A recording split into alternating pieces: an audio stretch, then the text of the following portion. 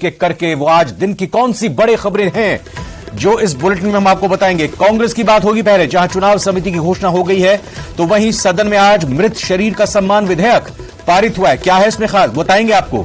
वहीं संसद में घनश्याम तिवारी का कद बढ़ा है, उन्हें उपसभापति के पैनल में शामिल किया गया है। तो ओसिया में गतिरोध चल रहा जो था वो खत्म हो गया है। सारी खबरें बताएंगे, इसके अलावा और भी राजस्थान की खबरें होंगी। पहले ब्रेकिंग न्यूज जोधपुर से, जहां पर ओसियां सामूहिक हत्या के मामले में मृतकों का अंतिम संस्कार हो गया है। चारों शवों का अंतिम संस्कार कर दिया गया है। संस्कार जो हुआ है, इस दौरान प्रतिनिधिमंडल और प्रशासन की सहमति के बाद अंतिम संस्कार हुआ है।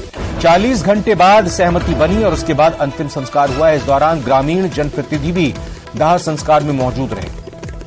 तो आपको बता दें कि एक ही परिवार के 6 महीने की एक अबोध बालिका समेत 4 लोगों की जो नृशंस कुल्हाड़ी से काटकर परिवार के ही एक आरोपी की तरफ से हत्या करने की बात सामने आई। इसको लेकर लगातार विरोध ग्रामीणों की तरफ से, परिवार वालों की तरफ से किया जा रहा था। मांगों को लेकर वहां बैठे हुए थे, शव लेने से इनकार कर दिया था। लगातार वहां जनप्रतिनिधियों का और राजनीतिक दलों का दौरा हो रहा था। फिलहाल आरोपी तो कल गिरफ्तार 4 घंटे के अंदर ही कर लिया गया था, लेकिन आरोपियों की गिरफ्तारी के बावजूद स्थानीय लोगों का ये कहना, ये मानना कि सरकार से उनकी कुछ मांगे हैं। फिलहाल लगातार प्रशासन के साथ परिवार वालों के और ग्रामीणों की कई दौर की बातचीत हुई, उसके बाद सहमति बन गई है और अंतिम संस्कार हो गया। इधर कोटा में स्कूली छात्राओं पर कमेंट पास करने पर लोगों ने एक नाबालिग मनचले को पकड़ लिया और फिर उसकी जमकर धुनाई कर दी। मामला कोटा के गोविंद नगर का है, जहां पर स्कूल के पास बैठे कुछ लड़के स्कूली छात्राओं पर कमेंट पास कर रहे थे, फबतियां कस रहे थे। छात्राओं ने जब इसका विरोध किया तो वहां मौजूद लोगों ने लड़कों को पकड़ने की कोशिश की। इस दौरान एक लड़का उनकी पकड़ में आ गया, जिसके बाद लोगों ने उसकी जमकर पिटाई कर दी और बाद में पुलिस को सौंप दिया। पीछे चला गया ना, पीछे की तरफ बीएल किराना स्टोर के पास। नागौर में एक भाई ने अपने ही भाई के साथ मारपीट की है। मारपीट के बाद वो यहीं नहीं रुका और अपने भाई को स्कूटी में बांधकर उसे घसीटता हुआ ले गया। देखिए, घटना सीसीटीवी में कैद हुई है। इसका वीडियो वायरल हो रहा है। मामला पुलिस तक भी पहुंचा तो आरोपी को गिरफ्तार कर लिया गया है। दरअसल तौसर गांव का मनोहर मेघवाल गांव के चौराहे पर बैठा था। इसी दौरान उसका छोटा भाई हंसराज मेघवाल अपनी स्कूटी लेकर वहां पर पहुंचा और मनोहर के साथ मारपीट शुरू कर दी। इतना ही नहीं, मारपीट के बाद भाई को स्कूटी के पीछे बांधकर घसीटते हुए ले गया। घटना का सीसीटीवी फुटेज सामने आया है। हंसराज मेघवाल वर्तमान में पंचायत सहायक के पद पर तैनात है। आरोपी ने ऐसी हरकत क्यों की, फिलहाल इसका खुलासा नहीं हो पाया है। कोतवाली पुलिस आरोपी से पूछताछ कर रही है।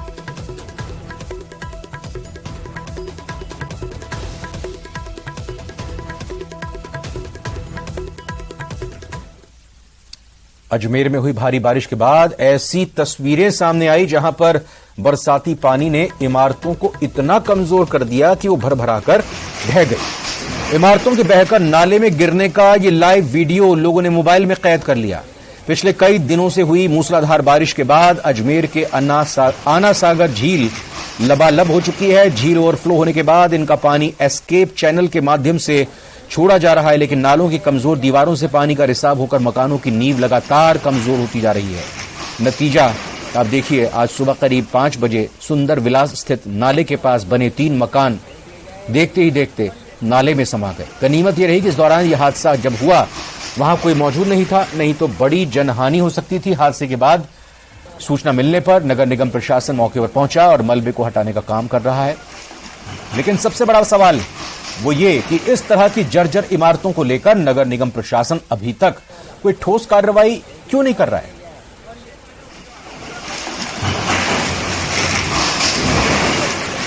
चैनल में 1-2 मकान गिरने की सूचना थी। अभी हम लोग यहाँ आए हुए हैं, सिविल डिफेंस की टीम भी अभी आ जाएगी।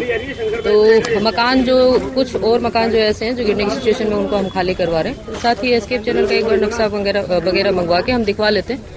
जो मकान गिरने की स्थिति में होंगे उनको नोटिस देके आज खाली करवाया जाएगा। ये चीज तो ऐसा है कि मैं पीछे का कह नहीं पाऊंगी, मैं दिखवा लेती हूँ ऑफिस में क्या रहा होगा। अगर ऐसा है कि कोई नेसेसरी एक्शन लिया जाना था तो मैं एक बार दिखवा लेती हूँ, चेक करवाते हैं। उनको भी बताया गया, ललित मोहन को मैंने आज सारी टीम को यहाँ बुला रखा है। हम सब लोग एक बार खड़े रह के चीजें चेक करवा लेते हैं। ऐसा है कि जनहानि नहीं होना हमारा उद्देश्य है। गुजरात के बोटाद से एक बड़ी खबर आपको बता दें, जहां पर पानी के तेज बहाव में बहा एक शख्स, साथी दोस्त ने छलांग लगाई अपने दोस्त की जान बचाने के लिए और अपने दोस्त की जान बचाने में वो कामयाब रहा। तस्वीरें जरा देखिए, रोंगटे खड़ी कर सकती हैं तस्वीरें। साथ ही साथ ये हिम्मत भी बांधती हैं तस्वीरें कि कैसे एक दोस्त ने दोस्ती का फर्ज निभाते हुए जानलेवा पानी के तेज बहाव में बिना अपनी जान की परवाह किए हुए तेज पानी की धार में छलांग लगा दी। चूंकि उसका दोस्त पानी की इस धार में फंस गया था, जूझ रहा था जिंदगी और मौत से, और इसी दौरान वहां कुछ और स्थानीय लोग और युवक भी मौजूद थे जो किनारे पर खड़े होकर इंतजार कर रहे थे। और जैसे ही दोस्त ने अपने दोस्त की जान बचाकर उसको किनारे पर लगाया, वहां जोश के साथ मौजूद लोगों ने आवाज लगाकर हौसला अफजाई की और एक जान के बचने को लेकर जाहिर तौर पर ईश्वर का भी धन्यवाद दिया।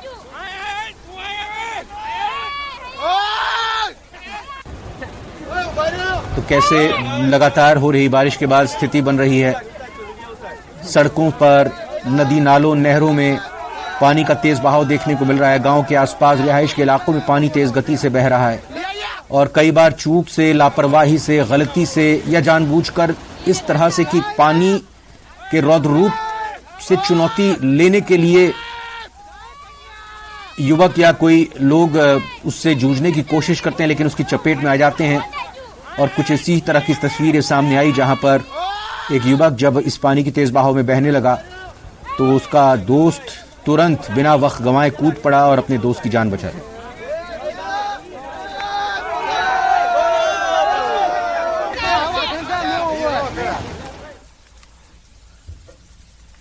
राष्ट्रीय महिला आयोग की अध्यक्ष रेखा शर्मा ने जोधपुर की वारदात को लेकर ट्वीट किया है, जिसमें उन्होंने कहा है कि जोधपुर में 6 महीने की बच्ची के साथ 4 लोगों को मारकर जला दिया गया।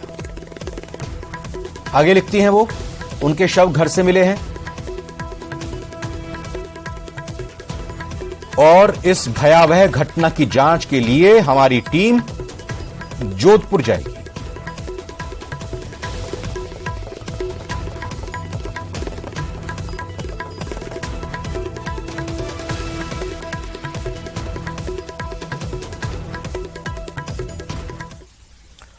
अगली खबर का रुख करते हैं दिल्ली से। बड़ी खबर आ रही है, जहां पर पश्चिम बंगाल में पंचायत चुनाव में जो हिंसा हुई थी उस मामले में बीजेपी ने एक 5 सदस्यीय जांच टीम बनाई है। हिंसा की जांच के लिए ये 5 सदस्यीय टीम गठित की गई है। हिंसा पीड़ितों से मुलाकात करेंगे ये लोग जाकर। बीजेपी का दल ये मुलाकात करेगा, 5 सदस्यों का ये दल है।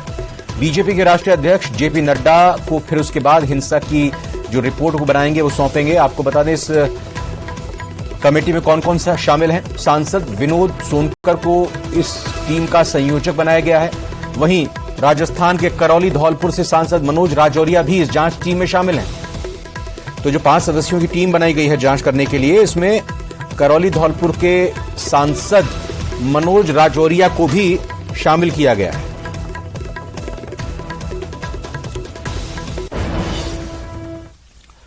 इधर न्यूज 18 से खास बातचीत में बीजेपी सांसद किरोड़ी लाल ने कांग्रेस पर जमकर निशाना साधा है। उन्होंने कहा कि राजस्थान में अपराध और भ्रष्टाचार चरम पर है। साथ ही कहा कि गुड गवर्नेंस की बात करने वालों को यह पता होना चाहिए कि राजस्थान के हालात कैसे हैं। राजस्थान में सिर्फ केंद्र सरकार की योजनाएं चलाई जा रही हैं, राजस्थान सरकार की कोई उपलब्धि नहीं है। उन्होंने और कुछ क्या कहा एक्सक्लूसिव बातचीत में, वो सुनाते हैं आपको।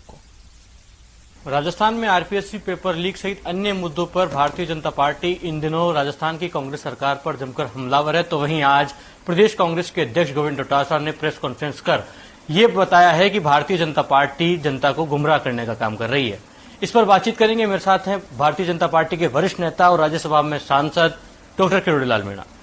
मीणा जी, प्रदेश कांग्रेस के अध्यक्ष कह रहे हैं कि भारतीय जनता पार्टी जनता को गुमराह कर रही है, जबकि गुड गवर्नेंस देने का काम कांग्रेस की सरकार कर रही है। आप ये बताओ, गुमराह कर रही है तो क्या ये बात सही नहीं है कि अभी टोडाभी में कुछ दिन पहले एक लड़की के साथ रेप हुआ, उसको गोली दागी, उसको एसिड से जला के कुएं में डाल दिया। क्या ऐसे ही है नहीं कि एक ही परिवार के 4-4 लोगों के नन्हे से बच्चे को भी मार के जला डाला। कानून की बिगड़ती स्थिति के प्रमाण हैं राजस्थान में। और क्या सही नहीं है कि 16 के 16 पेपर लीक हुए हैं? पेपर लीक हुए तभी आपने बाबूलाल कटारा को गिरफ्तार किया है। चोर बाजारी हुई जब भी आपको ने केसावत को गिरफ्तार किया है। चोर बाजारी हो रही है जब भी आपने डीपी जारोली को बर्खास्त किया। पेपर लीक में हमने मांग की, हमने आंदोलन किए, तब मुकदमे दर्ज हुए, तब जाके एसओजी ने जांच करके 60-70 लोगों को गिरफ्तार किया है। तो पेपर लीक है, भारी भ्रष्टाचार है।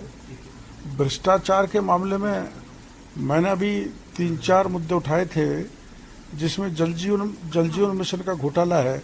उस जल जीवन मिशन के घोटाले में आपने एडिशनल चीफ इंजीनियर को सस्पेंड किया है। आपने 200 करोड़ की फाइल शासन सचिवालय से गायब करके जला दी। आईटी के विभाग में हजारों करोड़ का घोटाला है।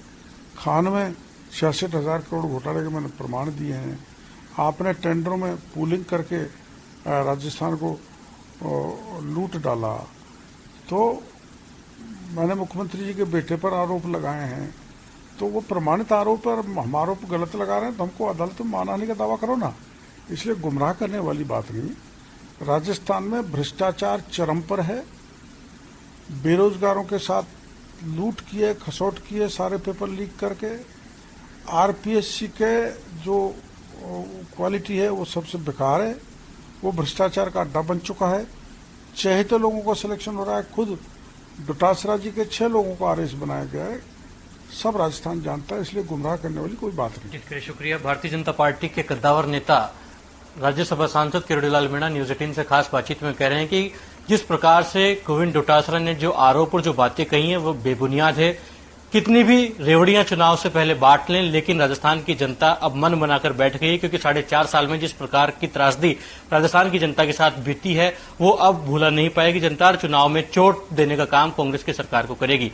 वहीं प्रधानमंत्री नरेंद्र मोदी को लेकर उन्होंने कहा है कि आज विश्व मानता है कि प्रधानमंत्री नरेंद्र मोदी बॉस है और भारत आज ग्लोबल वर्ल्ड बनने की ओर अग्रसर है। कैमरा पर्सन प्रकाश गुप्ता के साथ लखवीर सिंह शेखावत, न्यूज 18 दिल्ली। बड़ी खबर आ रही है, विधायक रफी खान ने छापा मारा है। जी हां, जयपुर में थड़ी और ठेलों पर शराब बिक रही थी। मिनर्वा सिनेमा के पास यह शराब खुलेआम बेची जा रही थी। विधायक को देखकर अवैध शराब को छोड़कर आरोपी भागने लगे। इस दौरान एक व्यक्ति को बताया जा रहा है पकड़ा भी गया और पकड़ने के बाद पुलिस के हवाले कर दिया है। मोती डूंगरी थाना पुलिस मौके पर पहुंची और अवैध शराब बिक्री होने से ये बताया जा रहा है कि सामने भी आ रहा है कि आपराधिक घटनाएं लगातार बढ़ रही थीं। एक्सक्लूसिव तस्वीरें आप देख रहे हैं। आदर्श नगर से विधायक है कांग्रेस के रफी खान, और आज उन्होंने मोर्चा संभालते हुए अचानक छापा मार दिया। लगातार शिकायतें जाहिर तौर पर उनको मिल रही होंगी और इसी लिहाज से वो पहुंचे। थड़ी और ठेलों पर अवैध तरीके से शराब बिक रही थी, खुले में लोग शराब पी रहे थे और इसी दौरान रफी खान ने यहां मोर्चा संभाला। बाबूलाल धायल हमारे संवाददाता जुड़ चुके हैं। बाबूलाल धायल, विधायक जी ने छापा मारा, शिकायत मिल रही हुई उनको। पुराना मिनर्वा सिनेमा है जहाँ पर काफी भीड़ भाड़ रहती है और हजारों लोग सामने से गुजरते हैं। वहाँ पर थड़ी ठेलों पर शाम को विधायक को सूचना दी किसी ने कि यहाँ पे रोजाना शराब बिकती है, आपराधिक किस्म के लोग यहाँ पर रहते हैं, रोजाना छेड़छाड़ घटनाएं बढ़ रही हैं, तफ्तियां करते हैं लोग शराब पी के हंगामा करते हैं। तो विधायक जी अपने समर्थकों के साथ में अभी भी वहाँ पहुंचे तो जो शराब बेचने वाले लोग थे, जो अवैध शराब का यहाँ धंधा कर रहे थे, वो छोड़ के भाग गए। काफी मात्रा में शराब वहां पर मिली है, जिसमें देशी भी है, अंग्रेजी भी है, बियर की बोतलें भी है। मौके पर अभी विधायक वहां मौजूद है और मोती डूंगरी थाना पुलिस मौके पर पहुंची है। तो जयपुर शहर यानी कि ऐतिहासिक शहर है, हेरिटेज सिटी है, पूरी दुनिया का टूरिस्ट यहाँ पर आता है और वहां पर अवैध शराब बिक रही है पुलिस की नाक के नीचे राजधानी में। शर्म की बात है और एक विधायक को जाकर के वहां पर कार्रवाई करनी पड़ रही है। आबकारी महकमा क्या कर रहा है, पुलिस यहाँ पर क्या कर रही है, बड़ा सवाल है कि एक विधायक जाकर के, चुनावा जनप्रतिनिधि जाकर के और शराब पकड़ रहा है, तो ये बड़ी शर्म की बात है। ये बताइए, जानकारी के लिए चाह रहे हैं, आदर्श नगर से विधायक है, ये उन्हीं के विधानसभा क्षेत्र में है या फिर अलग है? नहीं, उन्हीं के विधानसभा क्षेत्र का इलाका लगता है ये, और लेकिन बड़ी बात है कि जयपुर शहर का है। हाँ बिल्कुल, राजधानी का। और जयपुर शहर में राजधानी के बीचों बीच में शराब का बिकना, और वो भी अवैध शराब का बिकना, और वहां पर मनचले शराब पी करके हंगामा कर रहे हैं और बखेड़ा कर रहे हैं। वहां पर आम आदमी का गुजरना शाम को मुश्किल हो रहा है। और बाबूलाल, मुझे याद ये भी आ रहा है कि पिछले दिनों ही सरकार से जुड़ी हुई किसी नेता की तरफ से यह भी कहा गया था कि जो तय समय है शराब की दुकानें बंद होने का, उस पर तय समय पर दुकान बंद होनी चाहिए, नहीं तो कड़ी कार्रवाई होगी। और ये तो अवैध तरीके से समय से ऊपर शराब बिक रही है। जी, 8 बजे शराब की दुकानों के बंद होने का समय तय है, और सुबह भी तय समय पर दुकानें खुलती है। मुख्यमंत्री अशोक गहलोत की सोच है कि तय समय के बाद में शराब नहीं बिकनी चाहिए, यानी कि जो लीगल दुकानें हैं वहां पर भी आपके शराब के शटर डाउन हो जाते हैं। हालांकि वहां भी चोरी छिपे पीछे की तरफ से साइडों में लोगों ने इंतजाम कर रखे हैं बेचने के, लेकिन यहाँ तो अवैध शराब धड़ल्ले से बिक रही है, नाक के नीचे बिक रही है। राजधानी में पोश एरिया है, दुनिया जहां वहां से पूरा गुजर रहा है, और अवैध शराब बिक रही है। तो अब तक कार्रवाई क्यों नहीं हुई? और लोग इस आपराधिक किस्त के लोग वहां पे शराब बेच रहे हैं। बहुत बड़ा सवाल है, कार्रवाई होनी चाहिए, जो भी गुनहगार है वो पकड़े जाने चाहिए। हालांकि पुलिस अभी पहुंची है, लेकिन सवाल ये कि क्या पुलिस को इतला नहीं थी कि उनके एरिया में जो बीट कांस्टेबल है, बिल्कुल एरिया का प्रभारी है, क्या उसको पता नहीं था कि यहाँ पे शराब बिक? आप बता रहे हैं बाबूलाल की आपराधिक किस्म के लोग शराब बेच रहे हैं, और जो शराब पी रहे होंगे इस तरह से अवैध तरीके से, समय जो है वैध उससे ऊपर, तो वो भी सज्जन किस्म के तो आदमी होंगे नहीं। बिल्कुल नहीं, गुनाह है एक तरह से। आप शराब कैसे बेच सकते हैं शहर के बीच में, और वो भी इस तरह से कि लोगों को जाके, जब लोगों को लगा कि ना कोई आबकारी वाला आ रहा ना पुलिस आ रही, चलो विधायक जी को ही सूचना दे देते हैं, तो विधायक महोदय आए तब कहीं जाकर के वो भाग छूटे। और लग यही रहा है सारा खेल ये बंदी का लगता है। पुलिस महकमा कोशिश करता है, ठीक से कानो कान अच्छे अधिकारियों पे खबर नहीं पहुंची होगी, इसलिए निचले स्तर पर कार्रवाई नहीं हुई होगी। आज जब विधायक वहां पर गए तब जाकर ये पुलिस के कान पर जू रेंगी है, तब जाकर ये पुलिस वहां पर पहुंची है। तो बड़ा सवाल ये है कि जयपुर शहर, जो कि पूरी दुनिया इस शहर को देखने निहारने आती है, छेड़छाड़ी घटनाएं यहाँ पर कई हुई हैं। अभी हाल ही में एक टूरिस्ट के साथ में घटना हुई थी, और दिल्ली की महिला आयोग की अध्यक्ष ने यहाँ पे ट्वीट करके और बताया था, फिर अपराधी हालांकि पकड़ा गया था। लेकिन इस तरह की घटनाएं होने के लिए जो जिम्मेदार लोग हैं उन पर कार्रवाई होनी चाहिए, क्योंकि इस तरह से अगर शहर के बीच में अवैध शराब के ठेके खुल जाएंगे जो 2400 घंटे शराब बेचेंगे, तो फिर आम आदमी कैसे उधर से गुजर पाएगा? बहन बेटियों की इज्जत कैसे महफूज रह पाएगी? ये बड़ा सवाल है। मुख्यमंत्री अशोक गहलोत को इस पर एक्शन लेना चाहिए। और बिल्कुल, ये बहुत बहुत धन्यवाद करते हैं बाबूलाल धायल हम आपका, फिलहाल इस खबर को ब्रेक करने के साथ ही इस पर जानकारी देने के लिए आपका। तो तस्वीरों के जरिए आप देख भी सकते हैं, खुद मोर्चा संभाला हुआ है विधायक रफीक खान साहब ने।